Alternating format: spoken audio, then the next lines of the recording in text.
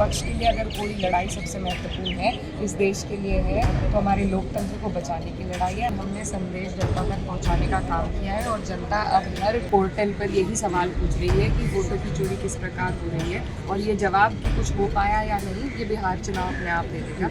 ये लोग बार बार ऐसे मुद्दे ला रहे हैं क्योंकि इन्हें पता है कि इनकी सियासी जमीन खिसकती जा रही है, अगली बार ये सत्ता में नहीं आएंगे। प्लानिंग कर रहे हैं अपनी SIR करके, वोटों की चोरी करके, 130th अमेंडमेंट लाकर किस तरीके से सत्ता पे काबू किया जाएगा। अगर आज हमने इस मुद्दे को छोड़ दिया तो कल को तो यहाँ पर सिर्फ भाजपा के लोग ही बैठे मिलेंगे।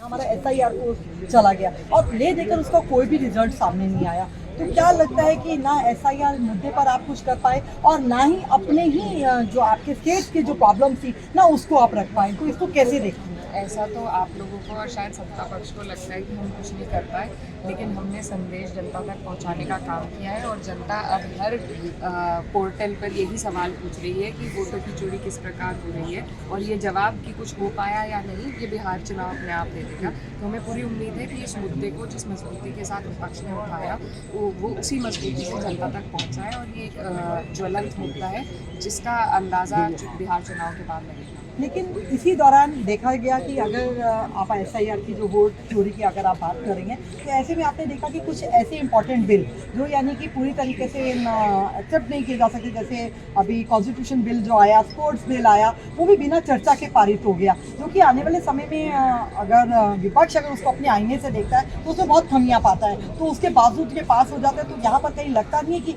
SIR मुद्दे से हटकर हमें इस पर भी थोड़ा सा ध्यान देना चाहिए था?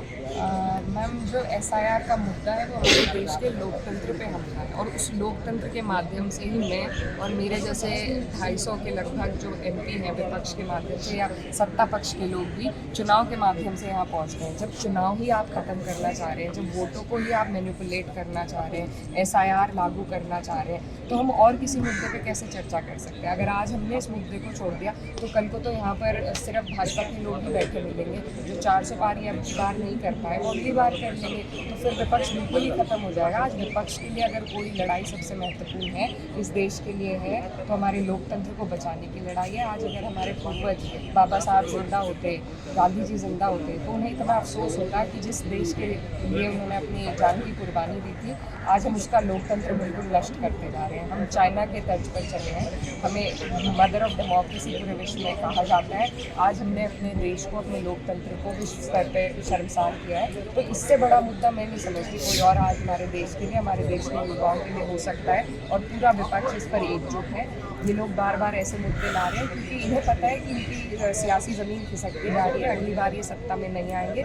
इसीलिए परियोजना बना रहे, प्लानिंग कर रहे हैं अपनी कि SIR करके, वोटों की चोरी करके, ये 130th अमेंडमेंट लाकर किस तरीके से सत्ता पे काबू किया जाए। सिर्फ वो इनकी प्लानिंग है और इनके इन मंसूबों को हम सफल नहीं होने देंगे। जनता तक संदेश पहुंच चुका है और आगे भी ये लड़ाई हम विपक्ष वालों की जारी रहेगी जब तक इसका हम मुंहतोड़ जवाब न दें।